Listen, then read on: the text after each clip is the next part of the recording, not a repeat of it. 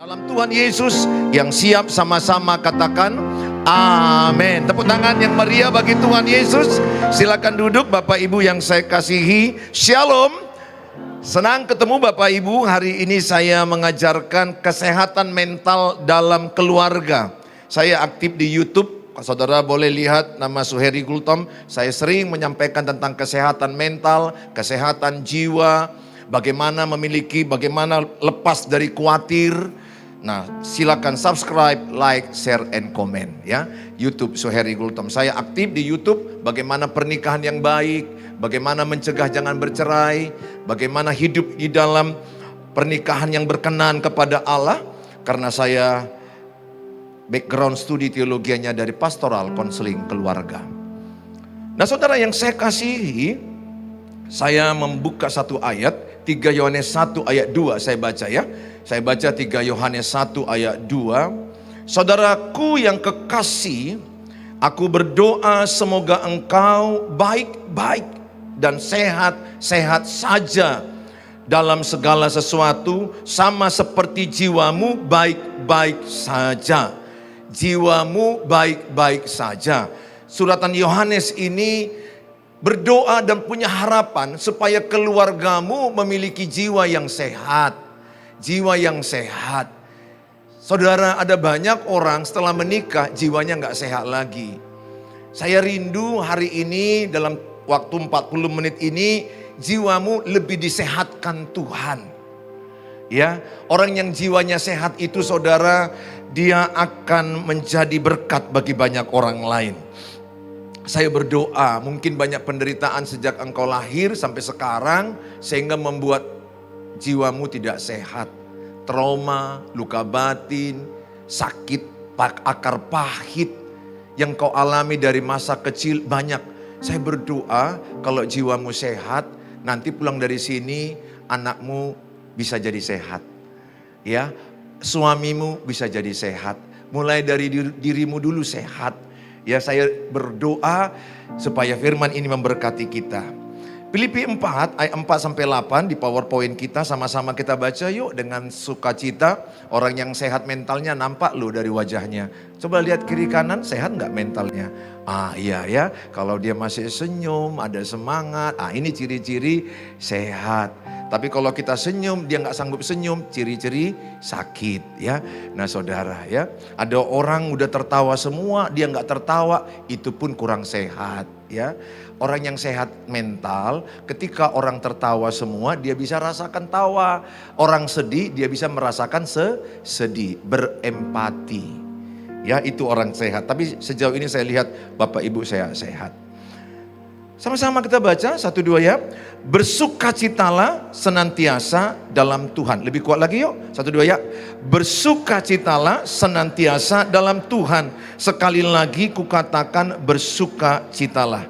Hendaklah kebaikan hatimu diketahui semua orang. Tuhan sudah dekat.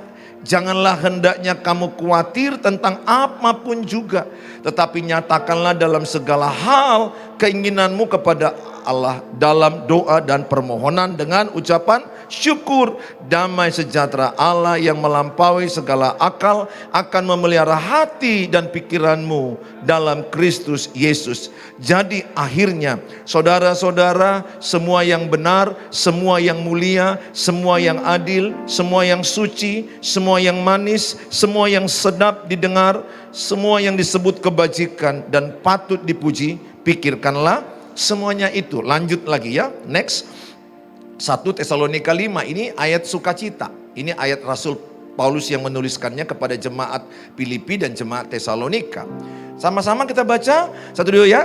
Bersukacitalah senantiasa, tetaplah berdoa, mengucap syukurlah dalam segala hal, sebab itulah yang dikehendaki Allah di dalam Kristus Yesus bagi kamu. Lanjut. Definisi kesehatan mental menurut WHO. Menurut WHO, kesehatan mental adalah keadaan kesejahteraan di mana individu menyadari kemampuannya sendiri, dapat mengatasi apa dikatakan?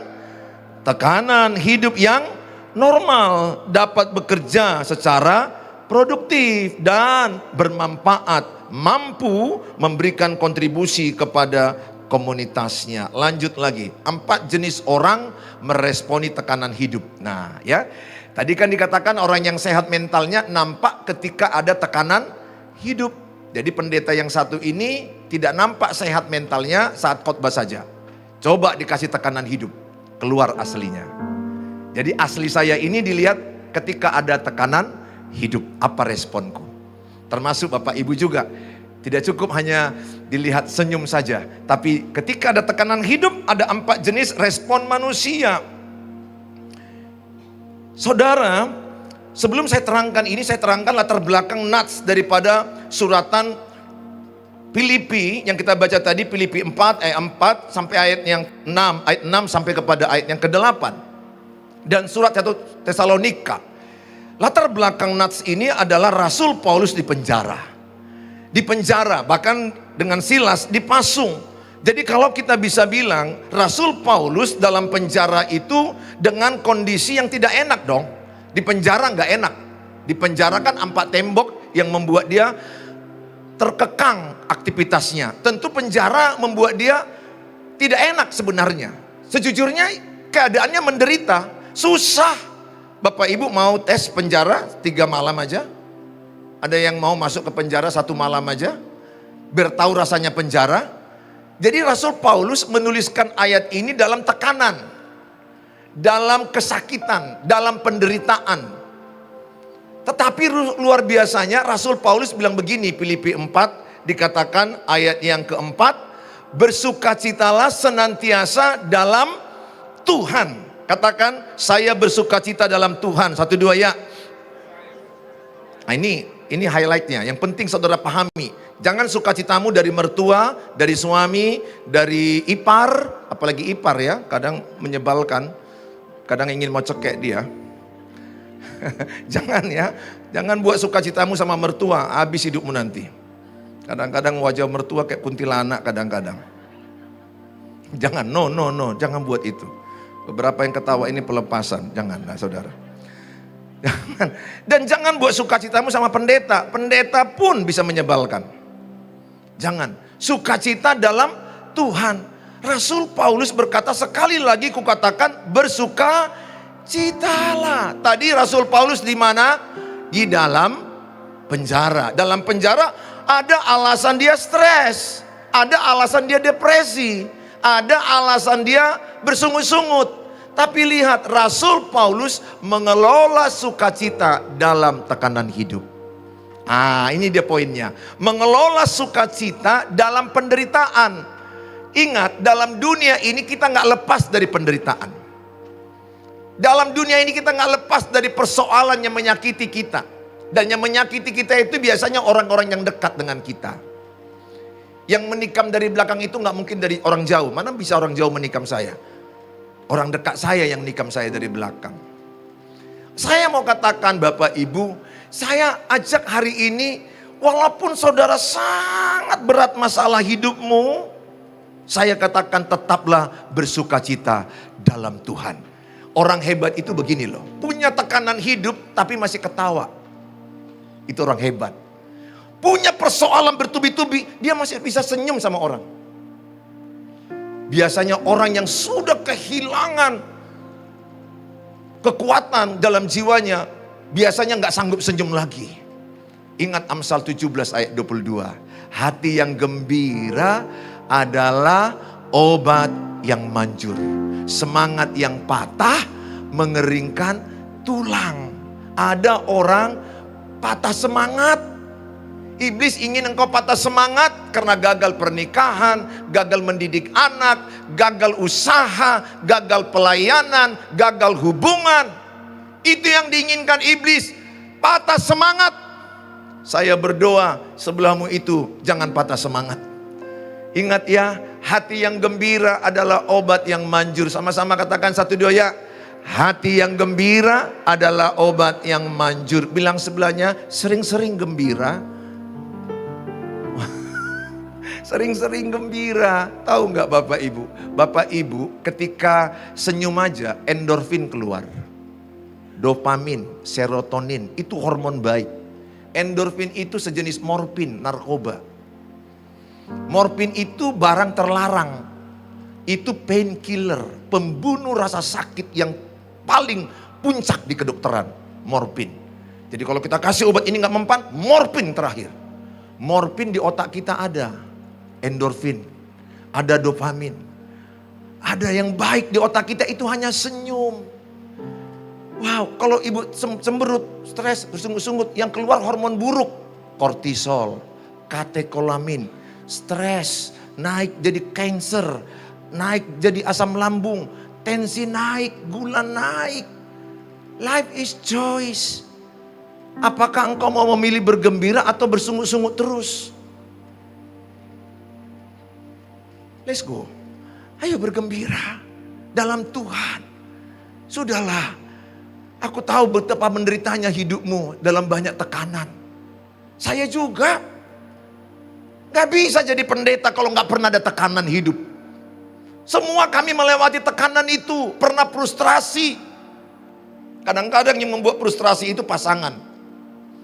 Makanya lihat di YouTube saya khotbahkan mendampingi pasangan yang sulit.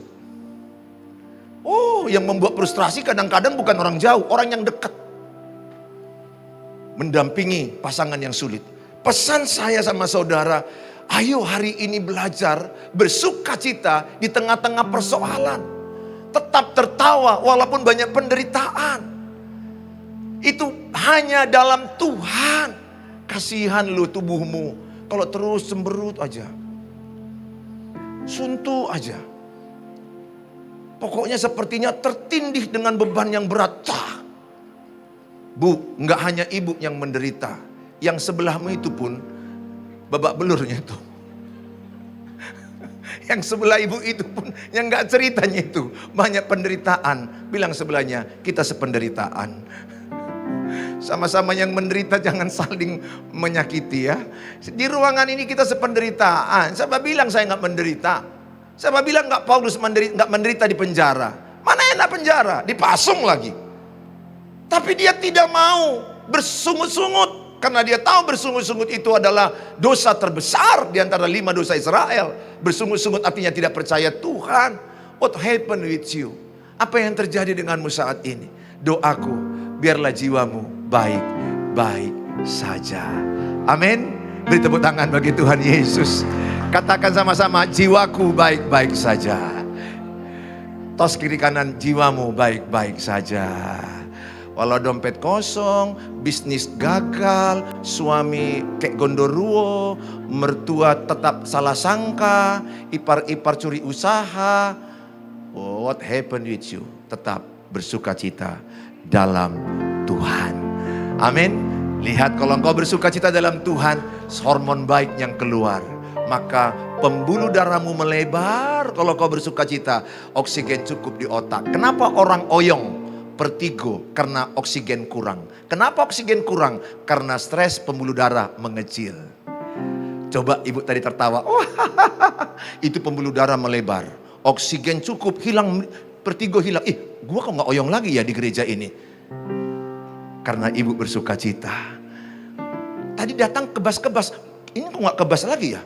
Kenapa gak kebas? Oksigen cukup di bagian kakimu saat tertawa.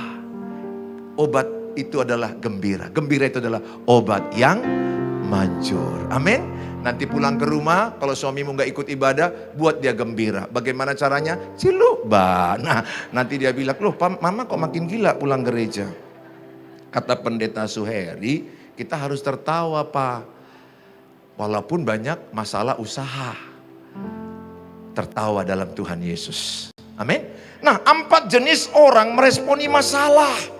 Ini lihat, maka ada orang yang meresponi masalahnya adalah yang pertama tipe fight. Ini tipe orang yang mengalami luka batin pada masa kecil. Banyak, bahkan ada kenal namanya narsistik. Narsistik ini tipe fight. Menyakiti orang, egois. Dia ingin dimengerti tapi gak mau mengerti orang. Dia mau kritik orang tapi gak mau dikritik. Itu narsistik, NPD. Saudara lihat, Ada orang seperti itu, tipe fight. Kenapa dia fight? Karena masa kecilnya luka, kecewa. Masa kecilnya dibanding-bandingkan dengan koko, dengan cici. Dibanding-bandingkan sehingga dia terluka. Sedikit salah dihakimi, dipukul, dikunci kamar mandi. Dia dibilang bodoh lu, anak siapa lu, anak tak untung. Luka batin dari kecil. Sampai di sekolah dia dibully. Ada anak-anak sekolah yang membuli seseorang dan mati bunuh diri. Anak SMP. Hanya karena bully, anak SD, SMP mati bunuh diri. Saudara tahu, 3 minggu lalu anak pendeta lompat di Surabaya, universitas anak pendeta.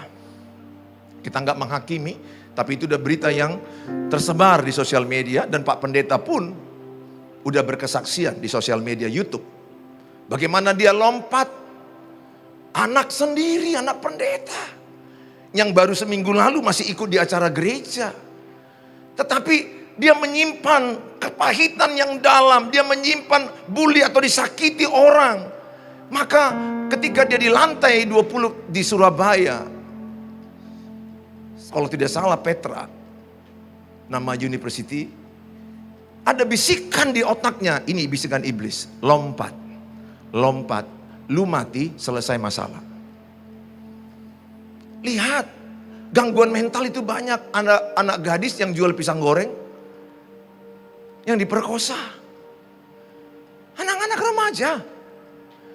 Tawuran itu banyak sekali.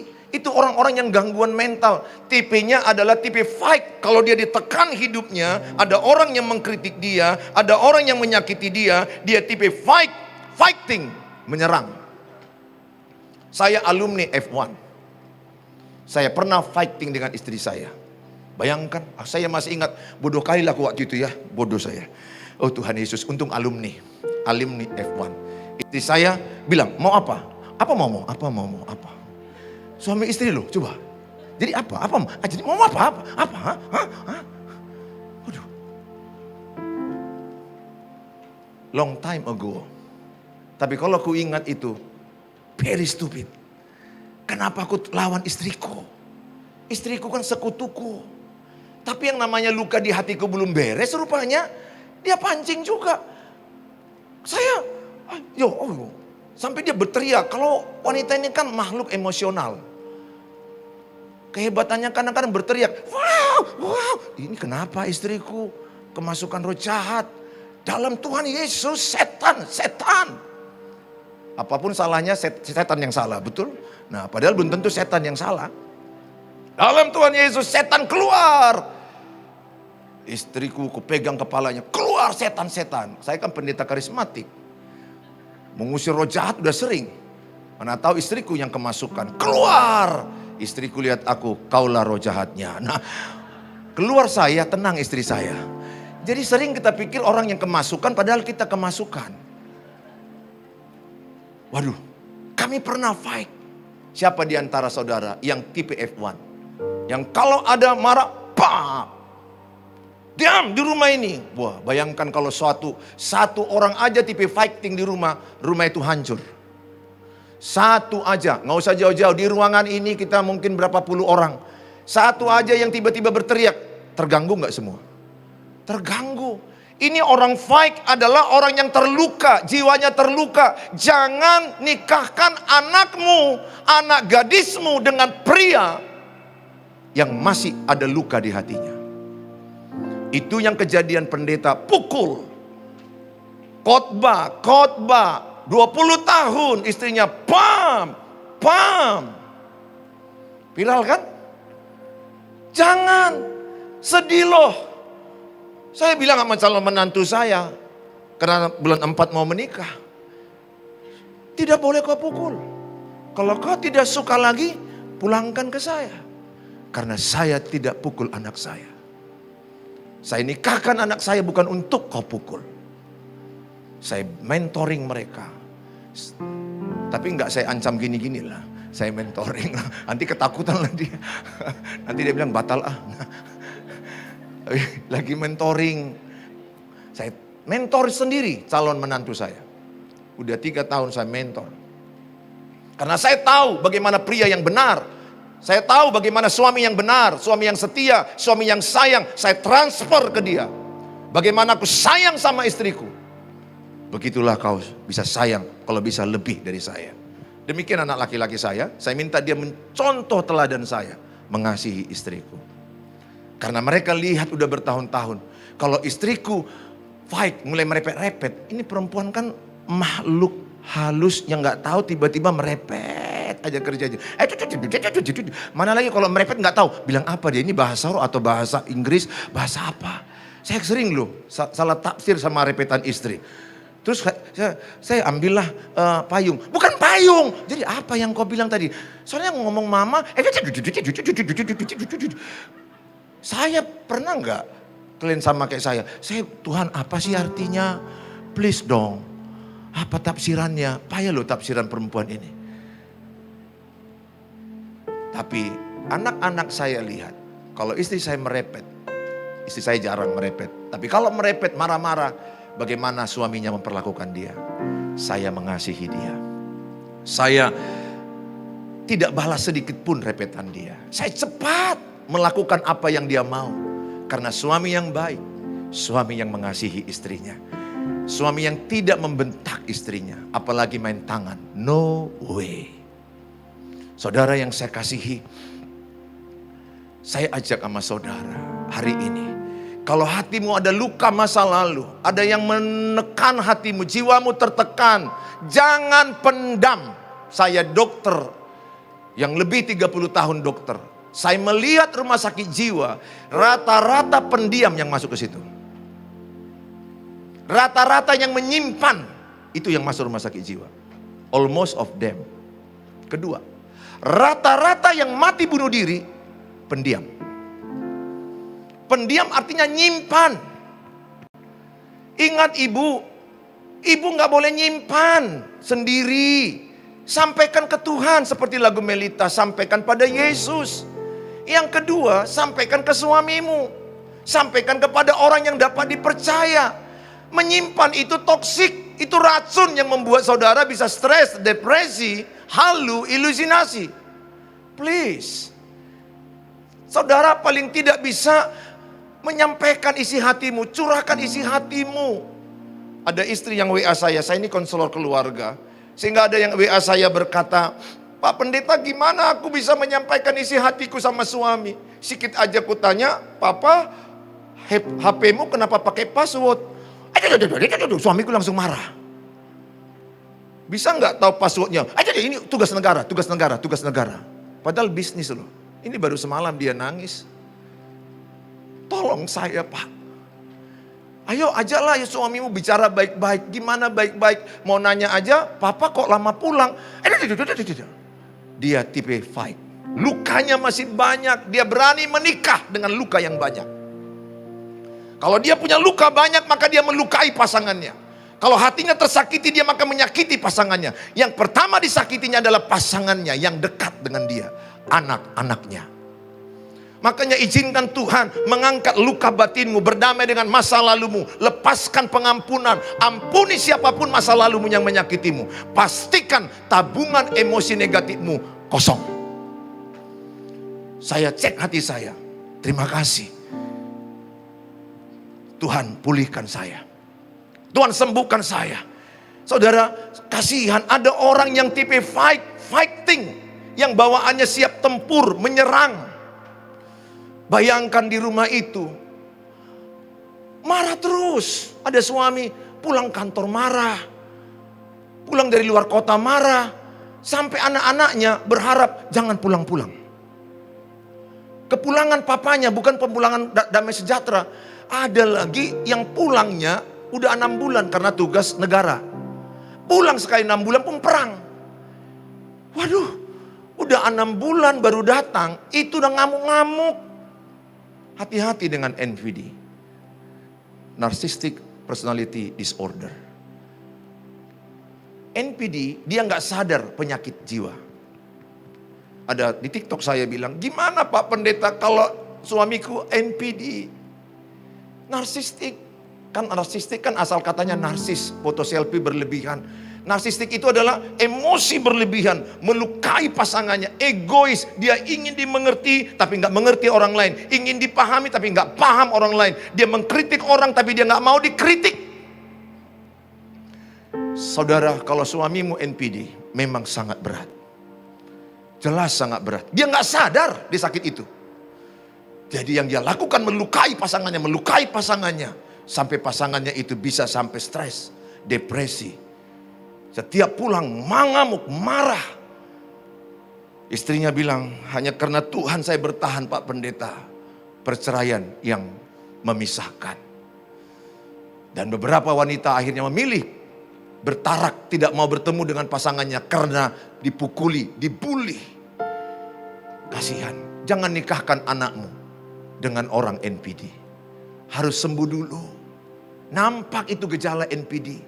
Egois berlebihan, menang sendiri, gak mau dikritik, gak mau disalahkan, gak mau dikasih masukan bahkan. Dia merasa dia yang paling benar, dan bawaannya itu temperamen. NPD itu yang temperamen.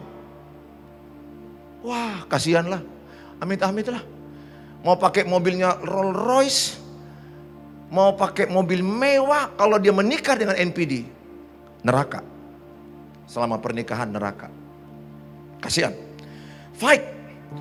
Siapa di sini yang masih F1? Ada fight-nya. Kalau ada masalah, apa kau? Aku berdoa kita semua alumni F1 ya. Amin. Waduh, kasihan banget. Apa? Waduh. Emang lu apa? Ya gua manusia, lu manusia juga. Jangan ya. Ada F2, flight. Kalau ada masalah, dia menghindar dari masalah. Dia lari dari masalah. Dia kalau bertengkar, dia lari dari masalah. Kalau ada persoalan, dia tanggung jawab, lari dari tanggung jawab. Flight, dia menghindari persoalan hidup. Satu waktu, saya pernah bertengkar dengan istri. Saya juga alumni F2. Kalian gak pernah, saudara yang baik-baik semua, saya aja yang kurang. Alumni F2, saya pernah tengkar. Istriku kan orangnya kalau dia marah, dia mau ada masalah, hadapi sekarang selesai. Ada gak tipe orang begitu? Jangan tunggu-tunggu, nanti dong. Ini kan lagi masalah. Sekarang kita bahas. Saya tipe nunggu, tunggu cooling down. Nah, satu waktu istri saya ini bilang, papa jawab lah, papa jawab. Ku jawab makin meledak. Ini perempuan ini apa ya? Tadi katanya, dari mana? Dari teman, rumah temanku. Aku ngopi-ngopi ngomong. Ku jawab meledak. Enggak ku jawab, marah juga. Kan manusia yang payah dimengerti kan wanita, betul enggak saudara? Dan dia benar setelah Tuhan Yesus, betul? Jadi dia nomor 2 yang terbenar adalah wanita. Kita nggak bisa, kadang-kadang dia bilang, dari mana? Dari rumah teman ngopi. Marah juga, enggak ku jawab, marah juga. Jadi daripada makin marah, aku lari. Flight, ku tinggalkan. Pas aku tinggalkan lari, dikejarnya aku sampai ke pintu. Pengecut, sini kau katanya coba. Masa aku pengecut? Aku bukan pengecut. Aku sarangeo sama istriku. Aku gak mau bentak dia. Aku gak mau, aku dari komitmen sama istri. Aku tidak akan pernah membentakmu sampai aku mati. Mau engkau bentak aku, mau kau marahi aku, janjiku sama Tuhan Yesus. Satu kata pun nada tinggi tidak akan pernah samamu. Karena aku pernah membentakmu. Dan ketika aku bentak kau pun makin gila aku lihat. Karena ada orang dibentak kan takut. Ada pasangan dibentak makin gila. Kan bodoh kita bentak dia lagi. Saya gak mau bentakmu, saya bilang. Dan puji Tuhan, bertahun-tahun saya gak bentak istri saya. Satu nada tinggi pun tidak. Kalau istri saya bukan bentak lah, mungkin karena banyak beban pikiran wanita ini. Kan sikit-sikit anak-anak nanya ke saya, "Pa, jadi gak nonton?" Tanya mama. "Jadi gak kita jalan-jalan?" Tanya mama. "Jadi gak kita beli baju baru?" Tanya mama. "Tahun baru ini all in New York kemana?" Tanya mama. Baru anakku nanya juga, "Pa, mana payung?" Tanya mama. Jadi tabungan mamaku banyaklah tabungan mama ini. Makanya jangan heran mama emosinya penuh, emosinya. Kenapa? Tanya mama. Mertuanya pun nanti tanya mama, betul nggak? Maka nggak heran mama itu emosinya penuh. Penuh loh emosi kalian ini. Jujur, makanya kadang-kadang kalian bisa tiba-tiba berteriak, hanya aku yang memikirkan sekeluarga ini. Kalau udah begitu istriku, ya Allah ya Tuhan, tolonglah kasihani dia. Ingat, tabungan emosi kalian penuh. Ibu, cenderung kalian memendam, kami tidak. Kami ngopi-ngopi, kami nonton bola, hore, lepas. Ibu-ibu enggak, nyimpen. Nanti mau ngomong sama ipar perempuan, takut, nyimpen. Mau ngomong sama mertua perempuan, nyimpen. Tabungan emosimu penuh. Enggak boleh, harus dicicil. Harus dikeluarkan. Coba saya pernah praktekkan ini. Siapa di antara saudara yang pernah mau buang angin? Maaf ya. Mau buang angin, rasa gembung perut. Mau pelatus. Kemudian yang di sebelah saudara orang-orang terhormat. Ada pendeta Lugimin, ada di situ mertua, ada di situ paman dari Hong Kong. Tapi gembung. Kutanya, kalian keluarkan atau tahan? Tanya, enggak mau keluar angin loh. Tahan atau keluar? Tahan ya, tahan dong. Kan gak mungkin ada pendeta Lugimin loh. Masa singer, WL. Kan gak lucu nah saudara. Tahan. Kalau ditahan, siapa yang sakit? Diri sendiri, betul? Mereka bahagia. Mereka ketawa-ketawa. Oh, enak sekali. Kata penentara dirimu. Aduh. Paling gak enak loh, nahan BAB. Paling gak enak, nahan pelatus. Nah, aku tanya kedua. Pernahkah pengalamanmu saking gak tahan lagi keluar? Wah, keluar dia. Siapa yang pernah pengalaman gitu? Pernah loh ujian aku SMA, ada temanku cantik sekali. Dia pas ujian Eptanas, dia buang angin. Tut. Dan pengawas keluar, lari. Kami nyontek semua saudara. Nah, saya mau tanya sama saudara, kalau saudara keluarkan, put. Siapa yang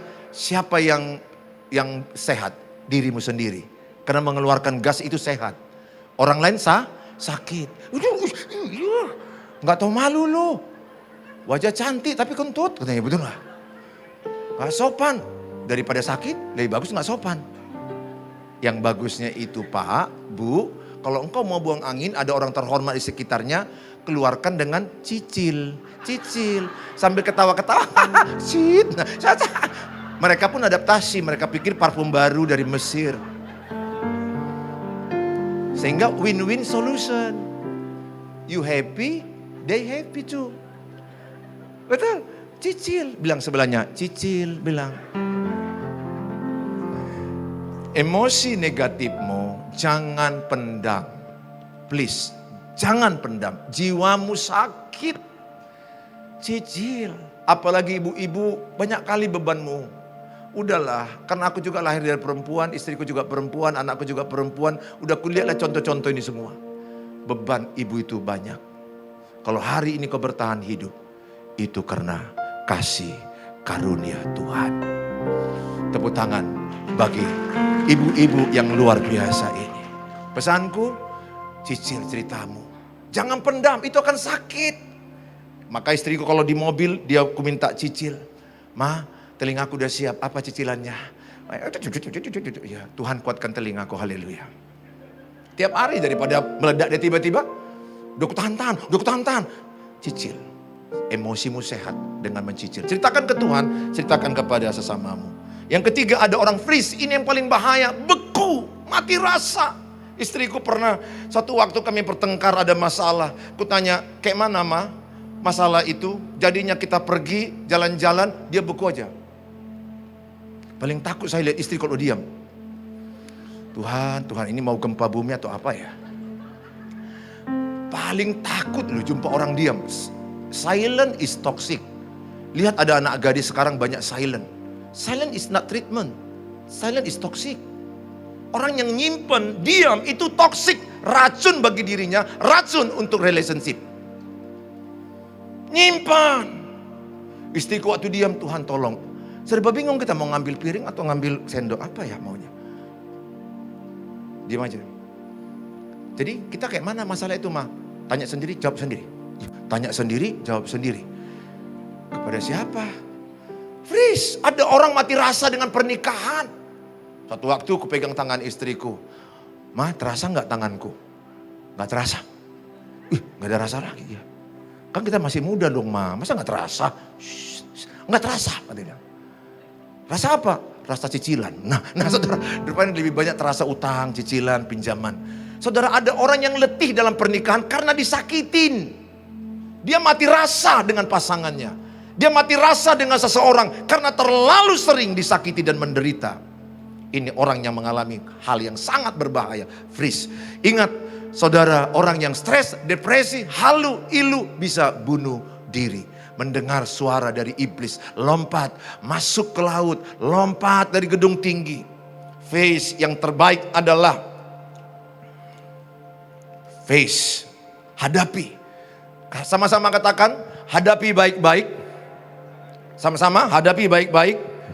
Bicarakan baik-baik. Diskusikan baik-baik. Hasilnya baik-baik. Kalau orang yang sudah sembuh di level 4, face. Saya imani saya 4, face.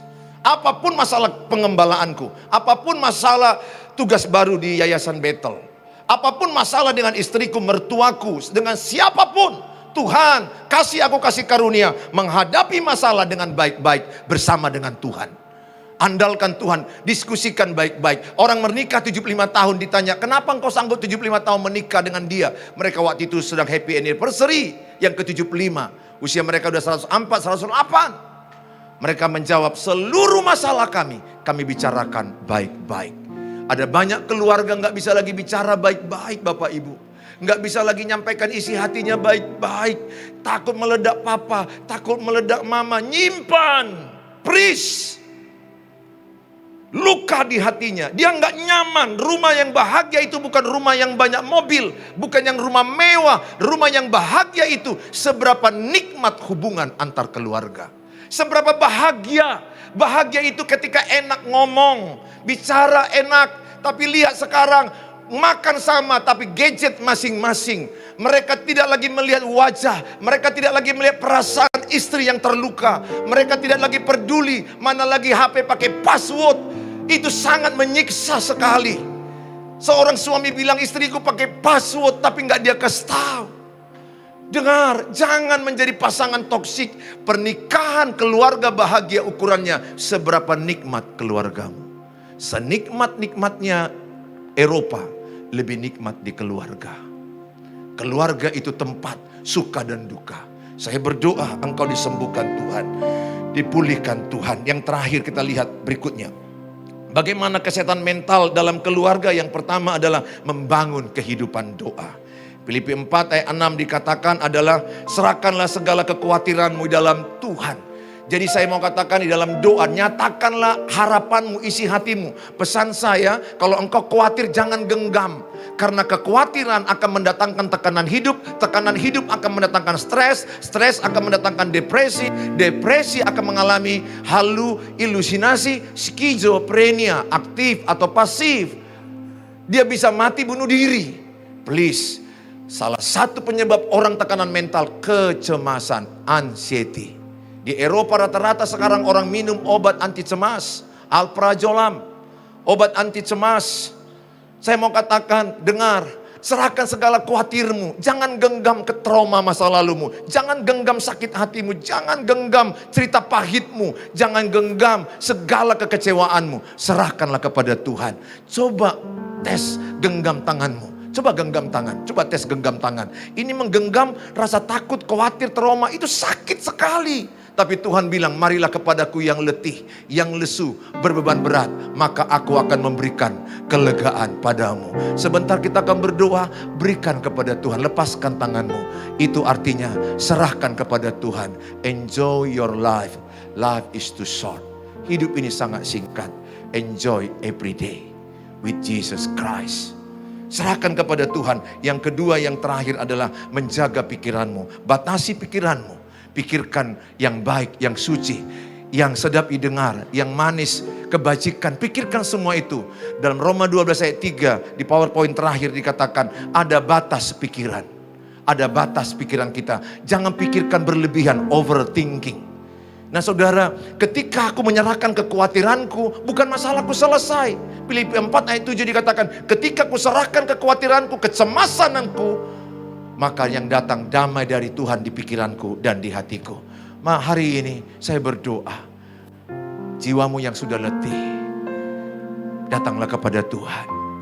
Serahkan semua. Jangan genggam takutmu, cemasmu. Nyatakanlah harapanmu kepada Tuhan. Apa yang kau inginkan yang terjadi. Silakan olahraga, menambah endorfin, serotonin. Bagus, silakan. Silakan saudara nonton sekali-sekali.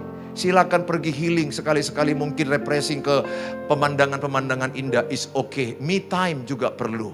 Tetapi lebih dari segalanya, datanglah kepada Tuhan. Mazmur Daud dikatakan, hanya dekat Allah saja aku tenang. Aku berdoa segala perkara dapat kita tanggung di dalam Dia yang mengasihi kita. Tepuk tangan bagi Tuhan Yesus.